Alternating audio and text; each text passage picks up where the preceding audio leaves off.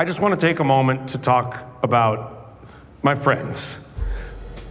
You know what? Why don't you guys actually come out here? Welcome to MsMojo, and today we're making our way through early 21st century comedies, picking the best that premiered each year. And just an FYI, we are using the term sitcom a bit loosely here. MVP!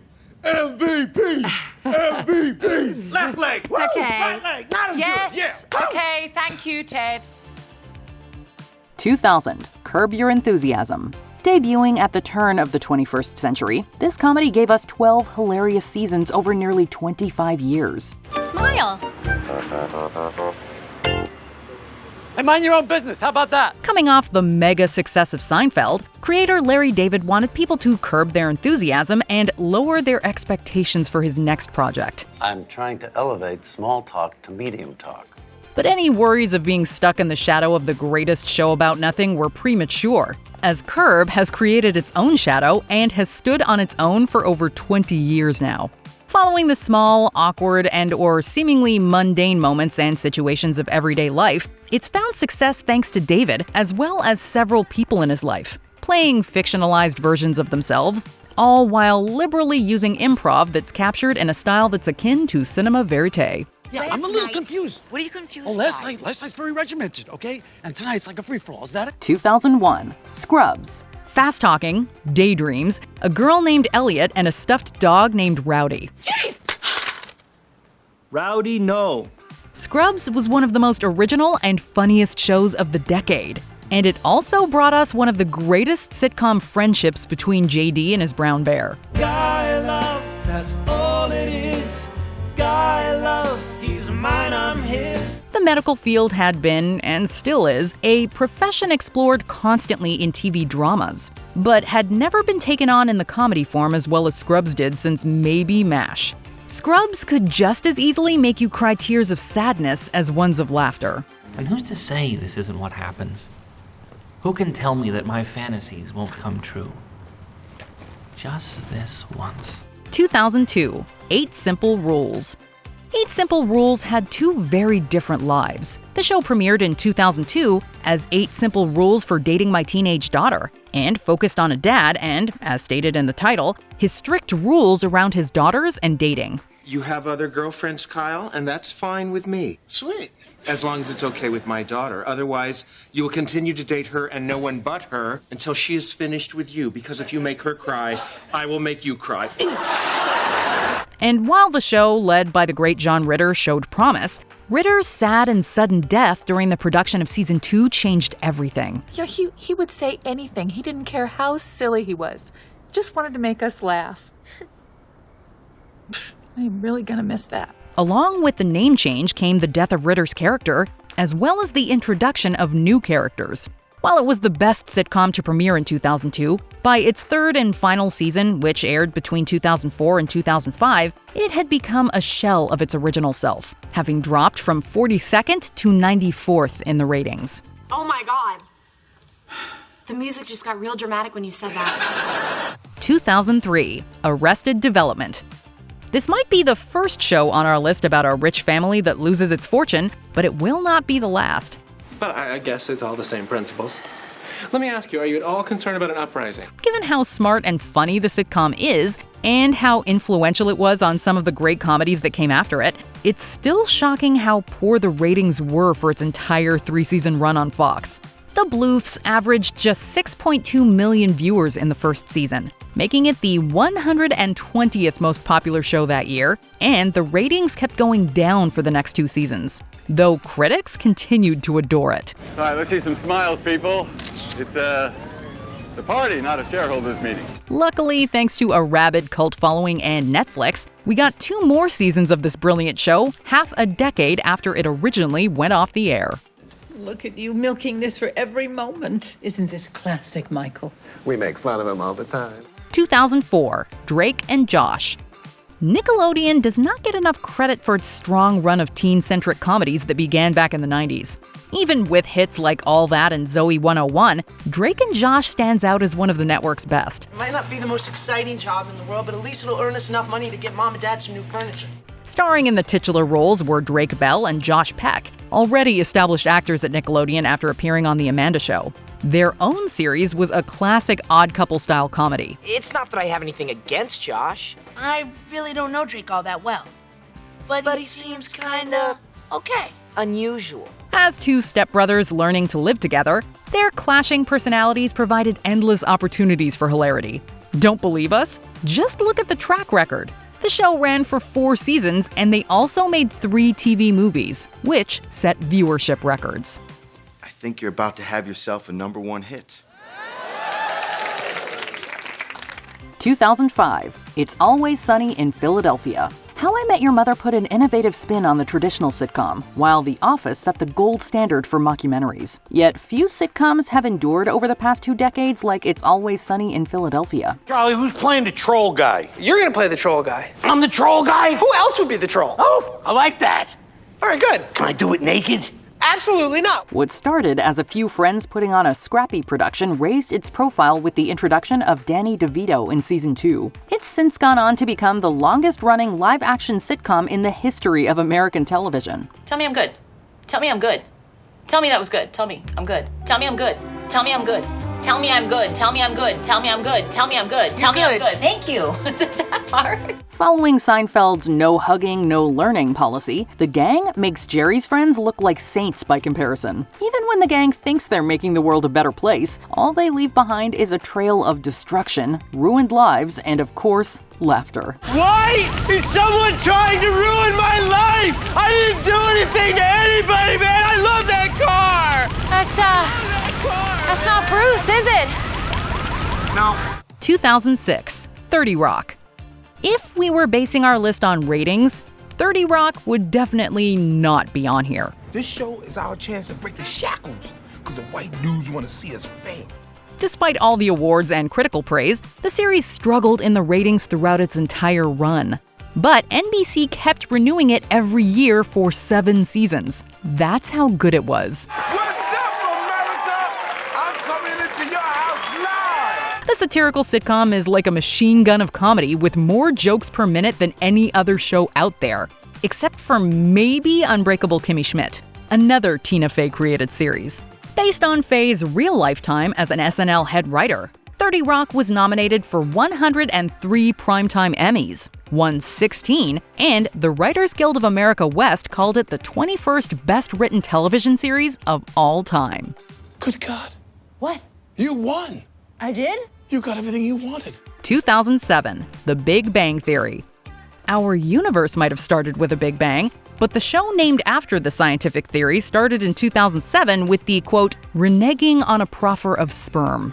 And it ended with a total of 12 seasons and a Nobel Prize. I have been encouraged, sustained, inspired, and tolerated, not only by my wife, but by the greatest group of friends anyone ever had. In between, it gave us bazingas, soft kitties, and made us care way more than you would think is possible about fixing an elevator. Amy is the one constant I can count on, and now she's changing. It's just a haircut and some clothes. No, it's the last straw. I can't take any more.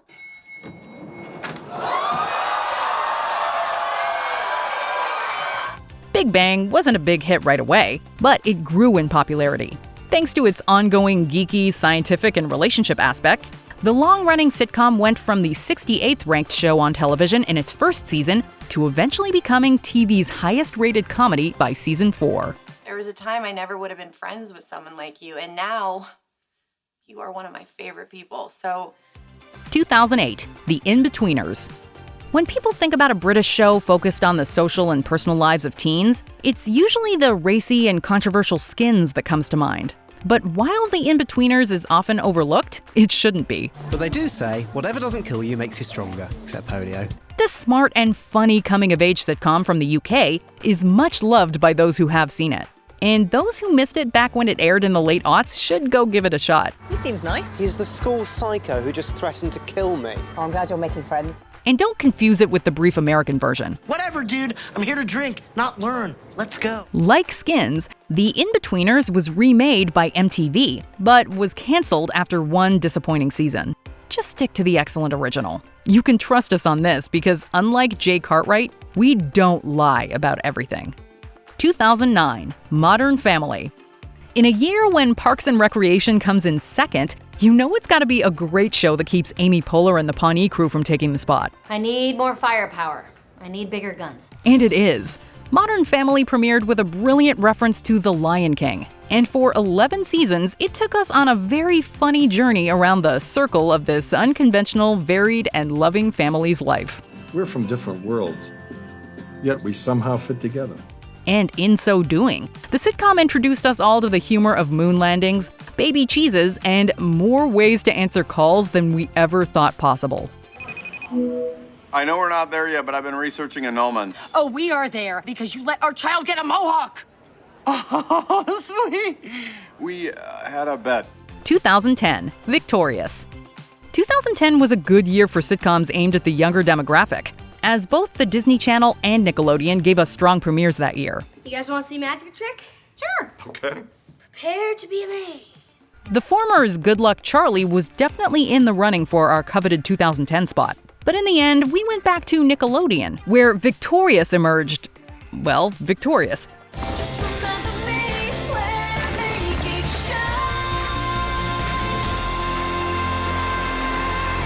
Following teens with aspirations in the performing arts, the show started off strong with outstanding children's program nominations at both the 2011 and 2012 Primetime Emmys, and won Favorite TV Show at the 2012 and 2013 Kids' Choice Awards.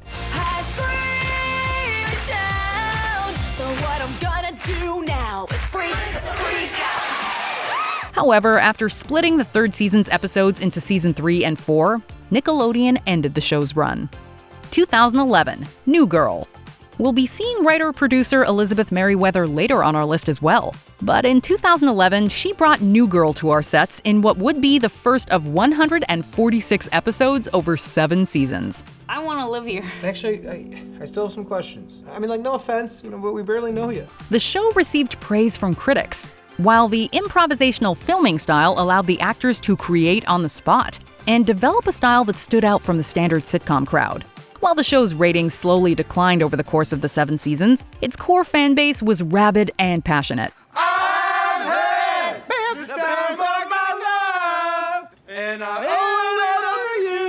Revolving around the titular 30-something new girl and her close group of friends, the sitcom has even seen its popularity grow in the late 2010s as it became one of the most popular shows on Netflix. Now, if only someone could explain the rules of True American to us. The floor is molten lava. It's actually 90% shrinking, and then it's got a loose Candyland-like structure to it. Well, with stakes. 2012, The Mindy Project. To some of us, Mindy Kaling will always be Kelly Kapoor.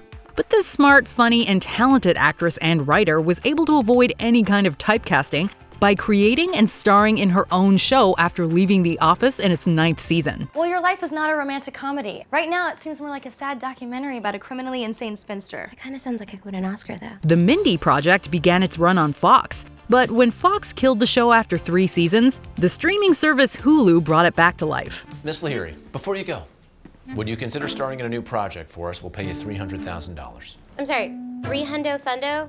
Overall, the sitcom, which saw Kaling playing a doctor living and working in New York City, stayed on the streamer for 3 more seasons, before ending for good with a 10-episode 6th season run in 2017. I never stopped loving you, and I don't think I ever will. 2013, Brooklyn Nine-Nine. Brooklyn Nine-Nine ended its 8-year run on NBC in 2021. But what some folks might have forgotten is that this show actually began its life back in 2013 on Fox. The critically acclaimed police sitcom ran for 5 seasons before Fox canceled it on May 10th, 2018. Tell me why ain't nothing but a heartache. Tell me why ain't nothing but a mistake. But sad and angry fans didn't even have enough time to play some Jimmy Jabs before the series was brought back. Squad, today we write a new chapter in the history of the 9-9. On May 11th, literally the next day, the National Broadcasting Company picked it up, giving us 3 more years with our favorite precinct. Bing pot! Nope, I was gonna say bingo, but then I was like, jackpot's better, but then it was too late. I was halfway through the word. Bing pot works. Bing Pot, 2014, Blackish. The best sitcom to hit the airwaves in 2014 was Blackish. The show, focused on an upper-middle-class black family, has received praise, not only for its comedy, but also for its tackling of social and political issues surrounding race. I would like us all to give a warm congrats to the SVP of our new urban division, Andre Johnson. That's right. I'm sorry. Did you say urban? One of its most talked about episodes involved the family watching the results of a court case on police misbehavior play out on television, and the questions it raises. The system is rigged against us. Maybe it is, Dre. But I don't want to feel like my kids are living in a world that is so flawed that they can't have any hope. Blackish ended its run after 8 seasons, but it spawned 2 shows in the Ish universe. Mixed-ish ran for 2 seasons on ABC, and Grownish had 6 on Freeform. Every new wave of artistry that shakes up culture is always started by a black person. We innovate. 2015, Schitt's Creek. Call this the little comedy that could. It's pretty rare for a show on Canada's national network, CBC, to gain much popularity outside of the Great White North, let alone garner international award nominations and victories. You know, being approachable isn't that important anyway. The Queen hasn't smiled since the 70s, and her birthdays are still very well attended. But that's what our best sitcom of 2015 did. For its first few seasons, the show had more of a cult following than broad appeal. But then came the Netflix bump. It is charming, it is quaint, it's like out of a storybook. Once people could Netflix and chill it, this rags to riches tale saw a huge jump in popularity. At the 2020 Primetime Emmy Awards, Schitt's Creek's final season made the sitcom the first show, comedy or drama, to sweep all 7 major categories. Not bad for a little show from Canada, eh? I personally would not have missed this for the whole wide world. 2016, The Good Place. While fans of The Office know Michael Schur as the guy who played Mose Schrute, what they might not know is that he also co-created Parks and Recreation and Brooklyn Nine-Nine. And he created The Good Place. Your life on Earth has ended, and you are now in the next phase of your existence in the universe. Cool. That's a pretty impressive resume. And while The Good Place might be the least well-known of his creations, those who've watched it know how great the fantasy show is. You guys are so fun. Just relentlessly fun. I keep thinking, when are they gonna stop being fun? And the answer is never. The fact that this comedy lasted 4 seasons, with ratings that never saw its viewership rank higher than 77th, is a testament to the quality of the show about the afterlife. Not to mention the overall 97% rating on Rotten Tomatoes, as well as the Peabody and Hugo Awards. I hate to see you walk through the final door at the edge of existence, but I love to watch you leave. There we go. 2017, One Day at a Time. For our older viewers who may be wondering what we're talking about, this is the new One Day at a Time, and not the version that premiered back in 1975 featuring a young Valerie Bertinelli.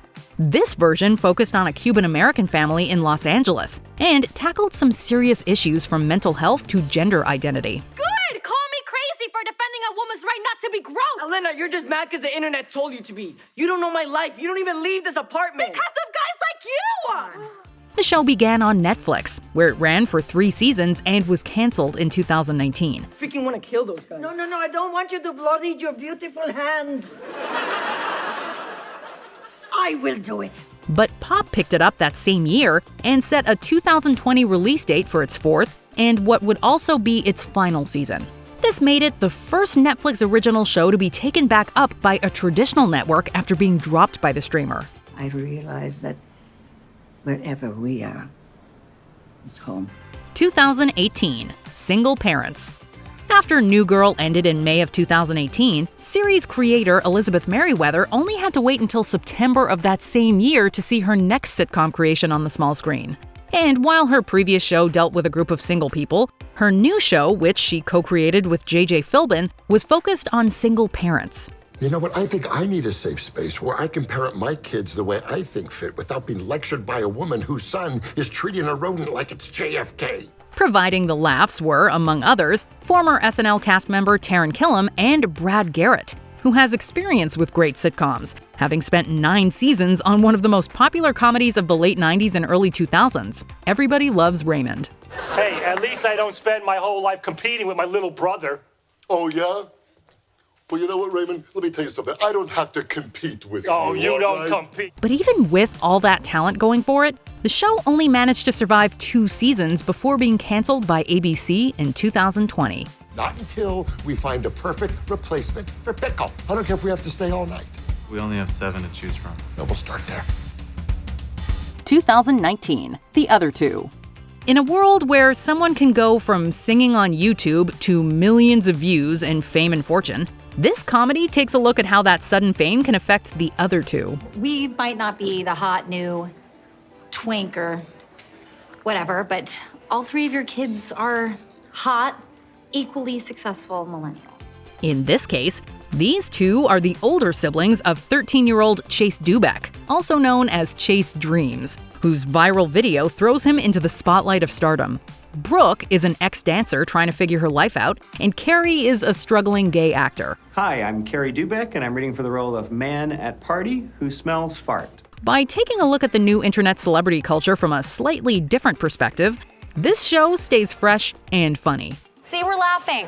We're having fun. Tonight's gonna be great because we're hot, we're cool, and we're killing it. 2020, Ted Lasso. You're an American who's never set foot in England, whose athletic success has only come at the amateur level, a second-tier one at that, and has now been charged with the leadership of a Premier League football club despite clearly possessing very little knowledge of the game. You got a question in there, Trent? What happens when a college football coach is hired to coach soccer? Sorry, we mean football in the Premier League? Well, when that coach is Jason Sudeikis and the show is co-created by Bill Lawrence, the man who gave us Scrubs, What Happens is the best sitcom of 2020.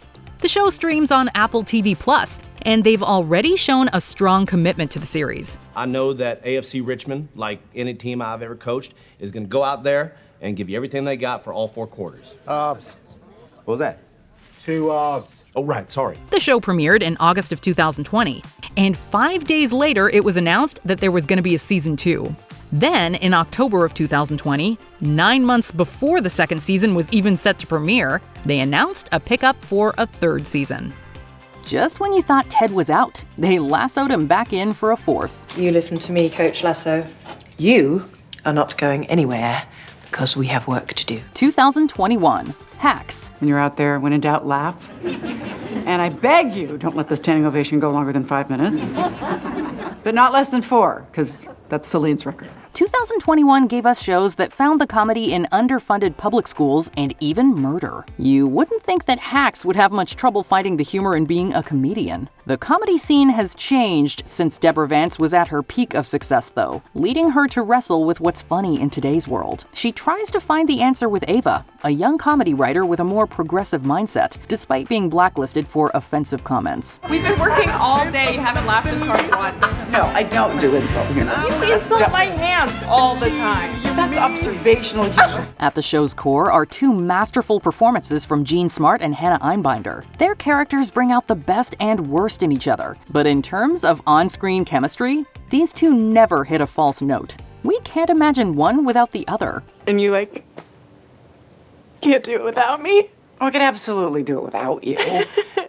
But, it'd probably be, a lot less fun. 2022, The Rehearsal.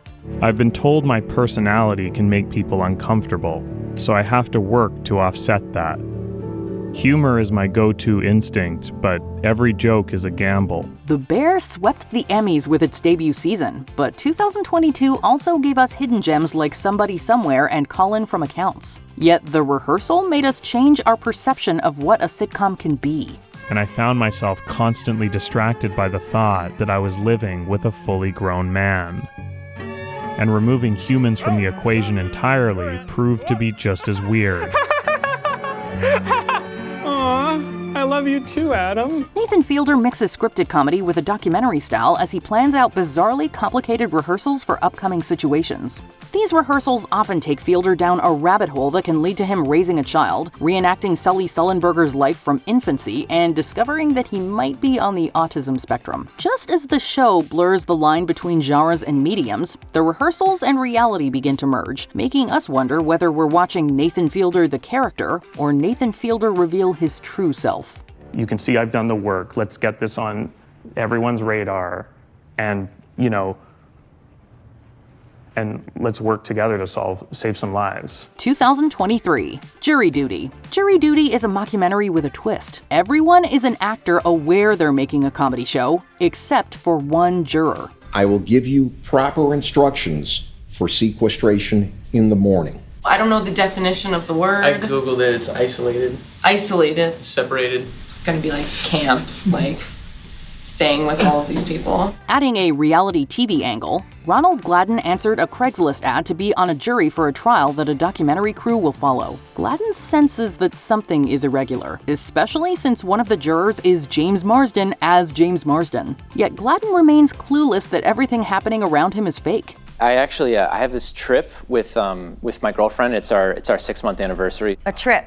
Yeah, this is the first time that we've been completely unsupervised. Our parents aren't there, so you could kind of see how that would be like a big... Sir, a vacation is not an excuse. Beyond Marsden, the cast consists of lesser-known actors who create quirky yet believable characters. Even among these colorful characters, Gladden stands out by simply being himself. It's like The Truman Show, except not as elaborate or traumatizing. If it were, somebody would need shrinking. Another comedy you should watch. Okay.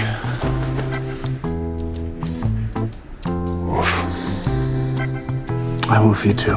2024, Ted. When we heard that Seth MacFarlane was making a prequel series about Ted, our response was, nobody wants this. Check out that show too. I mean, is there a world where this works? Yeah. Despite our initial hesitation, Ted the series not only wound up being every bit as funny as the 2012 film that inspired it, it kept us laughing out loud for 7 straight episodes. I think I'm gonna do it Ted's way.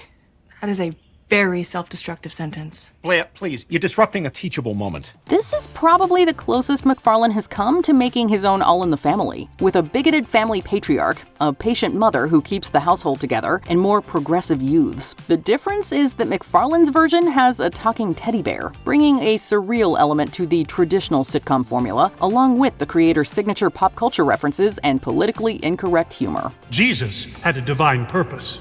God sent him to us to spread the word that he loves us. I love you! Your move, Friar Tuck. Before we continue, be sure to subscribe to our channel and ring the bell to get notified about our latest videos. You have the option to be notified for occasional videos or all of them.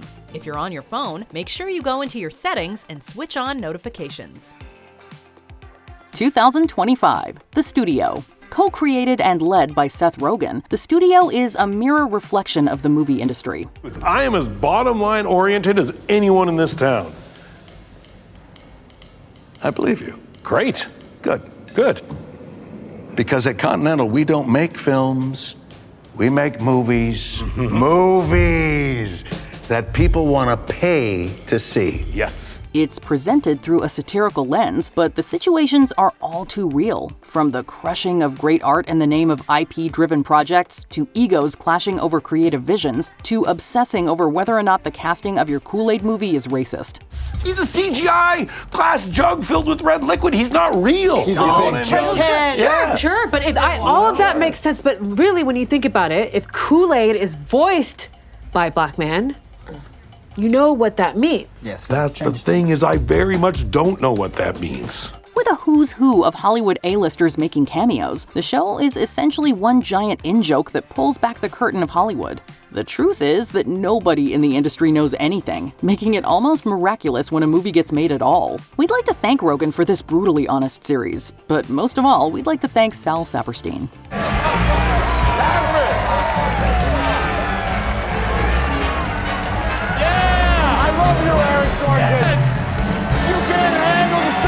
What's your favorite sitcom of the 21st century so far? Let us know in the comments.